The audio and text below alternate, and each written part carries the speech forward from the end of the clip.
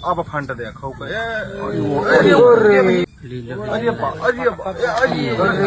देखो टूट रही हड्डी तो कैसा है मोबाइल गुस्सा करो।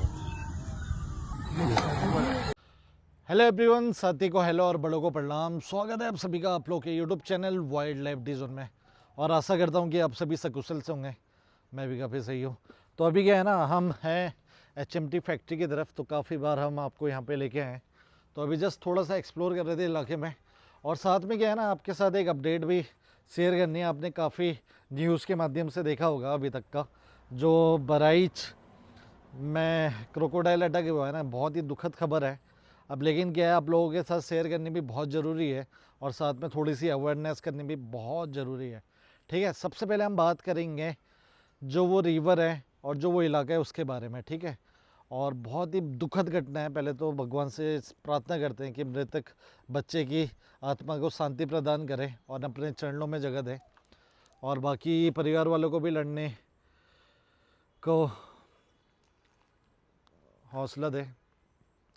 तो यार, सबसे पहले मैं बताऊं कि जो जगह की हम बात कर रहे हैं ना, जहाँ पे ये हादसा हुआ है, तो वहाँ पे बहती है घाघरा रिवर। और घाघरा रिवर कहाँ से आती है? नेपाल से आती है। तो नेपाल की एक बहुत बड़ी रिवर है जो हिमालय से आती है सीधे डायरेक्ट, और उत्तर प्रदेश के बहराइच में एंट्री करते हैं। और बहराइच के साथ गोरखपुर होते हुए, बिहार होते हुए, बाद में गंगा जी में मिल जाती है। और अगर हम बात करें जो रिवर के पास हादसा हुआ उसके बारे में, तो वहाँ पे क्या है ना, अभी एक छोटा सा मासूम बच्चा था 12 साल का। बताते कि उसके घर में 2 भाई और 3 बहनें थी, जो पता चला है अपडेट से। तो देखिए मतलब और उसके माता पिता भी नहीं थे। तो ये भी बहुत बड़ी बात है, बहुत दुख का पहाड़ होगा, क्योंकि चाचा जी वो बच्चे को पाल रहे थे और अपने उसमें ही उसको रख रहे थे, है ना। तो होता क्या है कि सुबह का टाइम होता है, तो चाचा जी बोलते हैं कि भाई धान की रुपाई करनी है, क्योंकि बारिश का टाइम है, धान की फसल होती है इस समय। तो रुपाई करने के लिए सुनील नाम के लड़का होता है, उसको बुलाते हैं चलो करके, और वो जाते हैं। उसके बाद रुपाई वगैरह करते हैं। उसके बाद रिवर की तरफ जाता है बच्चा। अलग अलग माध्यम से अलग अलग चीज़ें पता चली है। कहीं पे पता चला है कि टॉयलेट करने गया था, कहीं पे ये बोला जा रहा है कि नहाने गया था, और कहीं पे ये बोला कि हाथ पाँव धोने के लिए रिवर के पास किया था, और कहीं कहीं पे ये भी बोला है कि खेत से ले गया था। अब तो देखिए अलग अलग माध्यम से अलग अलग बातें बन जाती है, वो तो है ही। लेकिन जो भी रहा हो, रिवर के समक्ष ही ये हादसा हुआ था, क्योंकि वीडियो से साफ पता चल रहा है। तो उस समय क्या होता है ना, तो जब बच्चा रिवर के पास आता है तो वहाँ पे एक क्रोकोडाइल रहता होगा। तो गांव वालों का ये भी मानना है, पहले से जानते हैं कई गांव वाले उस क्रोकोडाइल के बारे में। तो जितना मैंने देखा अपने सूत्रों के माध्यम से या फिर यूट्यूब के अलग अलग वीडियो से, तो लोगों ने बताया है कि वहाँ पे 2 क्रोकोडाइल रहते थे, नर और मादा, काफ़ी टाइम से। और कुछ टाइम पहले की मैंने वीडियो भी देखी थी। तो कुछ समय पहले की वीडियो थी, उसमें एक बच्चे को ना 1-2 महीने पहले की वीडियो थी, उसमें पहले भी अटैक किया था, लेकिन बच्चा बच जाता है। सेम रिवर होती है, सेम इलाका होता है, मतलब बहराइच डिस्ट्रिक्ट की घटना है। तो घाघरा रिवर जहाँ पे बहती है। और 1 महीने पहले सरयू नदी में भी एक अटैक हुआ था, उसमें नहीं बच पाए थे। तो लगातार ये हादसे हो रहे हैं। और अभी क्या है ना, मानसून का टाइम है, जो ये घाघरा रिवर होती है एकदम बाढ़ वगैरह भी लेके आती है, तो बहुत ख़तरनाक माहौल होता है। और मैंने ये जगह सारी पर्सनली देखी हुई है ना। तो यहाँ पे ख़तरनाक माहौल हो जाता है इस समय। एक तो रिवर बहुत तेज़ आती है, और क्रोकोडाइल क्या होता है ना, रिवर के फ्लो के साइड में एकदम साइड में चले जाते हैं। और कई बार तो कई वीडियो ऐसी भी देखी होगी ना, तो अपने उत्तराखंड में भी जैसे खटीमा के आसपास का इलाका है, या यूपी में भी बहुत सारे इलाके हैं जहाँ गांव में घरों तक क्रोकोडाइल पहुँच जाते हैं। यार इतनी वीडियो हम देखते रहते हैं, पास्ट में कितनी सारी वीडियो की। लेकिन लोग क्या है ना, बहुत लाइटली लेते हैं, बहुत ज़्यादा लाइटली लेते हैं।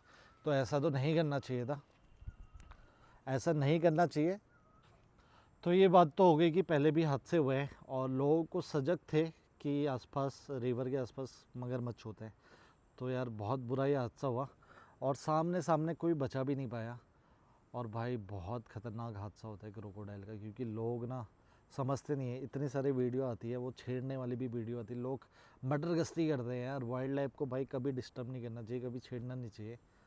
उसकी पावर को अंदाज़ा आप नहीं लगा सकते, लेकिन बहुत पावरफुल होता है। क्या है ना, वो कुछ नहीं करते हैं, लेकिन हम ही लोग होते हैं जो थोड़ा सा छेड़ते हैं। और यहाँ पे तो क्या है, रिवर की तरफ जाने का रहा होगा कारण, और वहाँ पे वो एम्बुस में होगा या बैठा होगा और अटैक कर दिया। हो सकता है बारिश का टाइम है, बहाव बहुत ज़्यादा होगा, खाने की तलाश में रहा होगा या कुछ भी हो। लेकिन भाई इसमें ये सबक तो है आने वाले टाइम में सबके लिए कि बहुत सजग होना है, बहुत ज़्यादा सजग होना है। और पहले आप समझते हैं ना क्रोकोडाइल के बारे में, तो इंडिया में क्या है, 3 टाइप के क्रोकोडाइल होते हैं।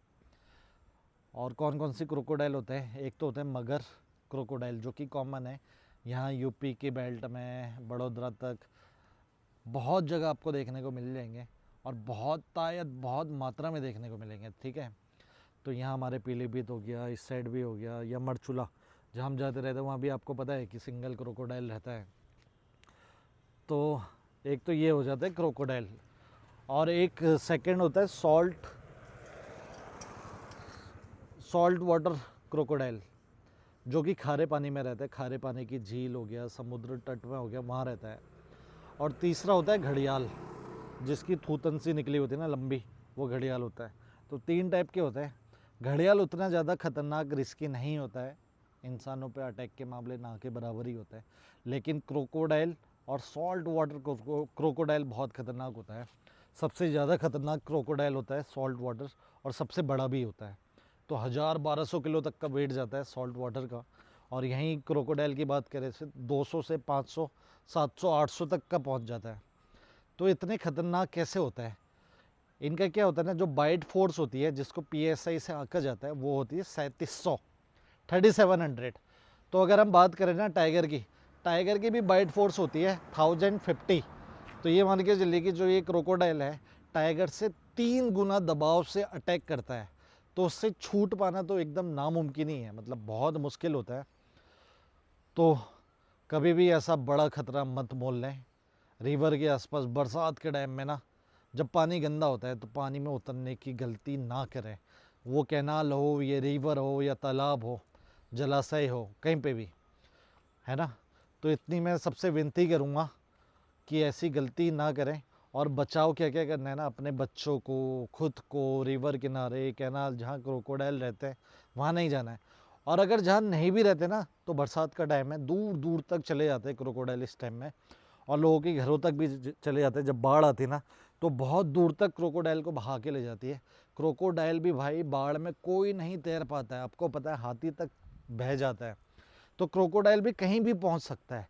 तो बहुत ज़रूरी है कि आपको सावधान रहना है, और अपने बच्चों का खासकर बहुत ज़्यादा ख्याल रखना है। और बहराइच ये जगह ऐसी है ना, मैं देखा हुआ हूँ, जब ये वुल्फ अटैक हुए थे, भेड़ियों के अटैक हुए थे 3 साल पहले, तब मैं गया था ग्राउंड रिपोर्ट करने। और भाई वहाँ पे मैंने बहुत चीज़ें देखी थी। अवेयरनेस की कमी सबसे ज़्यादा है उस इलाके में।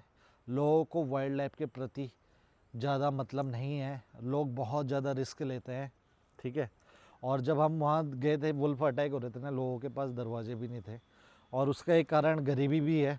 बहुत ज़्यादा पिछड़ा हुआ इलाका है वहाँ पे, लोगों के पास बस खेती का काम है, और बच्चे काफ़ी ज़्यादा है। तो एक एक परिवार में ना बहुत बच्चे हैं वहाँ, 4-5 तो कॉमन ही है।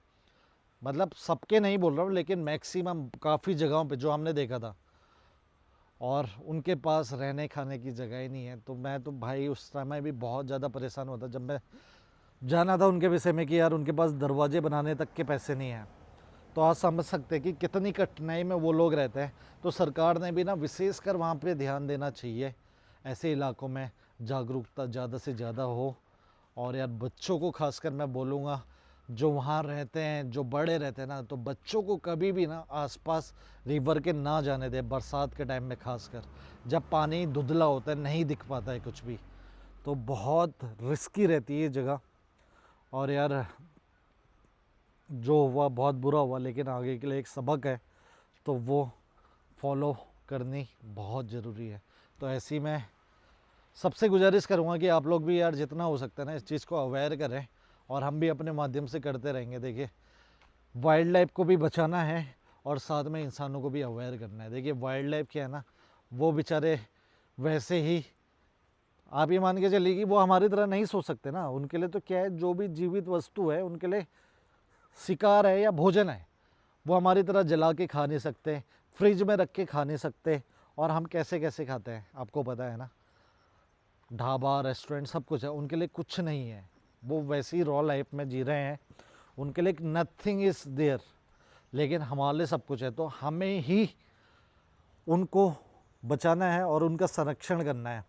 तो मैं विनती करूँगा कि यार प्लीज़ कभी भी वाइल्ड लाइफ को ना छेड़ें और परेशान ना करें।